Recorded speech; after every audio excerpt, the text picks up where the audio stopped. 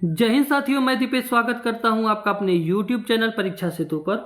उम्मीद करता हूं आप सभी अच्छे होंगे और आपकी तैयारी भी अच्छे ढंग से चल रही होगी।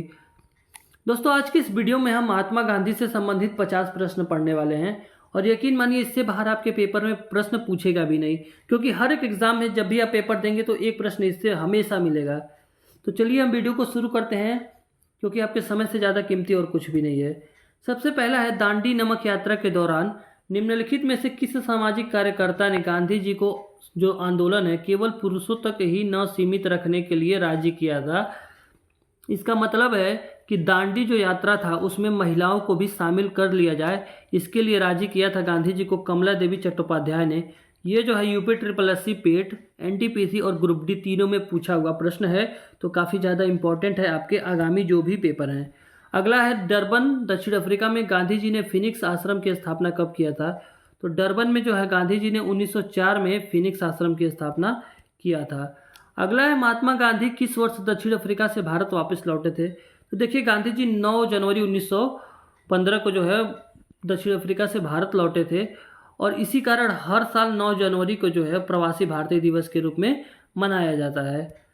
अगला प्रश्न है, गांधी जी का जन्म कब हुआ था? तो 2 अक्टूबर 1869 को महात्मा गांधी जी का जन्म हुआ था। कहाँ पर? पोरबंदर, गुजरात में हुआ था। इनकी माता का नाम पुतलीबाई और पिता का नाम जो था करमचंद गांधी था।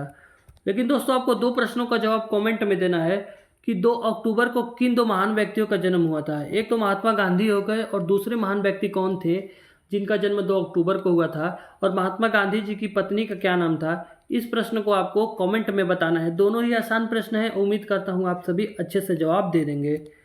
अगला है, गांधी जी के 5वें पुत्र के रूप में किसे जाना जाता है?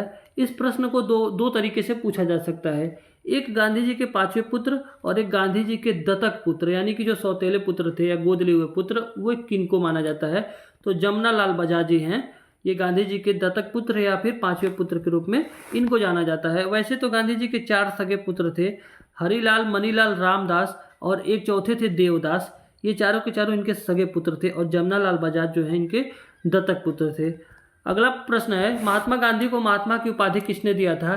तो रविंद्रनाथ टैगोर ने जो है महात्मा गांधी को महात्मा की उपाधि दिया था। अगला है, गांधी जी ने 1910 में टॉल्स्टॉय फार्म की स्थापना कहाँ की थी?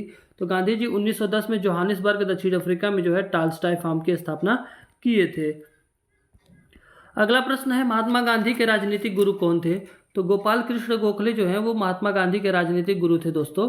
अगला प्रश्न है, गांधी जी किस आंदोलन में पहली बार भूख हड़ताल पर बैठे थे या फिर भूख हड़ताल इन्होंने किया था?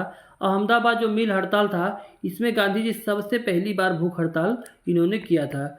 अगला है, महात्मा गांधी को अर्धनग्न फकीर, देखिए अर्धनग्न फकीर या अधनंगा फकीर या फिर देशद्रोही फकीर, ये तीनों की तीनों उपाधि जो है महात्मा गांधी को विंस्टन चर्चिल ने दी थी या फिर विंस्टन चर्चिल ने ये तीनों की तीनों चीज़ें कही थी। अगला प्रश्न है, निम्नलिखित में से गांधी जी को कौन सी उपाधि नहीं मिली है? देखिए, कैसर ए हिंद जो है प्रथम विश्व युद्ध के दौरान इनको उपाधि मिली थी।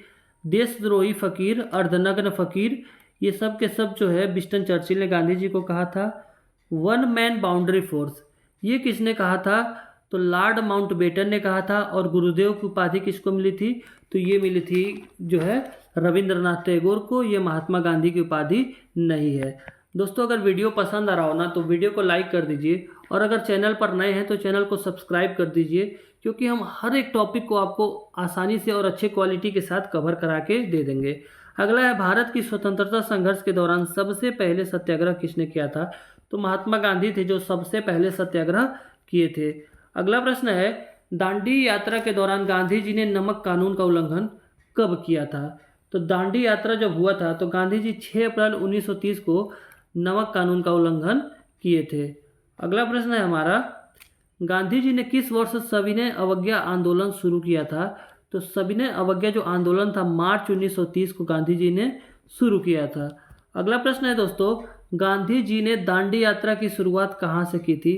तो दांडी यात्रा की शुरुआत साबरमती से इन्होंने किया था। अगला है, भारत छोड़ो आंदोलन की शुरुआत कब हुई थी? तो भारत छोड़ो आंदोलन की जो शुरुआत है 8 अगस्त 1942 को हुई थी। कब? 8 अगस्त 1942 को। अगला प्रश्न है हमारा, गांधी जी ने पहला सत्याग्रह विरोध कहाँ शुरू किया था? तो सबसे पहला सत्याग्रह तो इन्होंने जो है दक्षिण अफ्रीका में किया था। और अगर भारत की बात करें सबसे पहला सत्याग्रह तो इन्होंने चंपारण में किया था 1917। अगला प्रश्न है, महात्मा गांधी भारतीय राष्ट्रीय कांग्रेस के किस अधिवेशन में सर्वप्रथम सम्मिलित हुए थे? तो कलकत्ता अधिवेशन जो 1901 का हुआ था उसमें महात्मा गांधी सबसे पहली बार सम्मिलित हुए थे। अगला प्रश्न है, दक्षिण अफ्रीका में रहते हुए गांधी जी ने किस पत्रिका का प्रकाशन किया था? तो दक्षिण अफ्रीका में रहते हुए गांधी जी इंडियन ओपिनियन नामक जो एक पत्रिका थी इसका प्रकाशन किए थे। अगला प्रश्न है, महात्मा गांधी किस गोलमेज सम्मेलन में भाग लेने के लिए लंदन गए थे? तो देखिए दूसरे नंबर का जो गोलमेज सम्मेलन था 1931 का, उसमें महात्मा गांधी ने भाग लिया था और केवल एक ही गोलमेज सम्मेलन में इन्होंने भाग भी लिया है और यह 7 सितंबर 1931 से लेकर के जो है 1 दिसंबर 1931 तक लंदन में आयोजित हुआ था। अगला प्रश्न है, महात्मा गांधी कांग्रेस के अध्यक्ष किस अधिवेशन में चुने गए थे? तो देखिए कांग्रेस के जो अध्यक्ष चुने गए थे वो बेलगांव अधिवेशन था 1924। कौन सा अधिवेशन? बेलगांव अधिवेशन 1924 का था। इसमें जो है कांग्रेस के अध्यक्ष चुने गए थे। गांधी जी के द्वारा करो या मरो का नारा कब दिया गया था? देखिए करो या मरो का नारा गांधी जी द्वारा जो है वो भारत छोड़ो आंदोलन 8 अगस्त 1942 को दिया गया था। अगला प्रश्न है, गांधी जी किसकी रचनाओं से सबसे ज़्यादा प्रभावित थे? गांधी जी सबसे ज़्यादा प्रभावित अगर किसी से थे तो लियो टॉल्स्टॉय की रचना से प्रभावित थे। दोस्तों जो है क्वेश्चन देख करके आपको इसकी क्वालिटी का पता तो लग ही रहा होगा और जितने भी क्वेश्चन है सारे के सारे आपके परीक्षा के लिए इंपॉर्टेंट हैं, तो कोई भी प्रश्न को आप स्किप नहीं करेंगे। अगला प्रश्न है, गांधी जी ने अहमदाबाद में साबरमती आश्रम की स्थापना कब किया था? तो अहमदाबाद में साबरमती आश्रम की स्थापना 1917 में जो है गांधी जी ने किया था। अगला प्रश्न है, गांधी जी द्वारा दांडी मार्च को कब शुरू किया गया था? तो देखिए दांडी मार्च गांधी जी ने 12 मार्च 1930 को जो है शुरुआत इसकी की थी। साबरमती से टोटल 78 लोगों के साथ और 241 मील इन्होंने दूरी तय की थी। अगला प्रश्न है, विदेशी वस्त्रों की बर्बादी ही उनके साथ सर्वोत्तम व्यवहार है, यह किसने कहा था? तो महात्मा गांधी ने यह चीज़ कही थी। अगला प्रश्न है, गांधी जी दक्षिण अफ्रीका में कितने वर्ष रहे थे? तो दक्षिण अफ्रीका में जो है इन्होंने 21 वर्ष तक जो गांधी जी थे दक्षिण अफ्रीका में टोटल 21 वर्ष रह करके पढ़ाई किए थे और बाकी भी चीज़ें 21 वर्ष रह करके ही किए थे।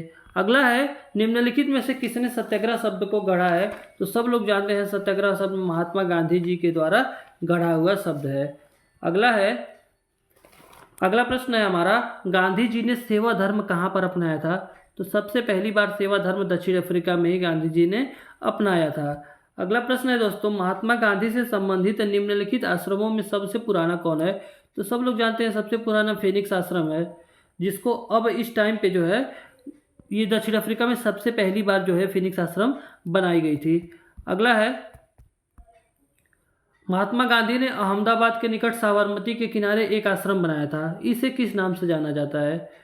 तो जो आश्रम गांधी जी ने बनवाया था इसे किस नाम से जाना जाता है? तो इसे सत्याग्रह आश्रम के रूप में हम जानते हैं। अगला प्रश्न है, भारत के स्वतंत्रता आंदोलन के दौरान महात्मा गांधी द्वारा स्थापित साबरमती आश्रम किस नगर के बाहर है? तो यह जो है अहमदाबाद के बाहर स्थित है। अगला प्रश्न है, गांधी जी की सत्याग्रह रणनीति निम्नलिखित में से किसे सबसे अंतिम स्थान प्राप्त हुआ है?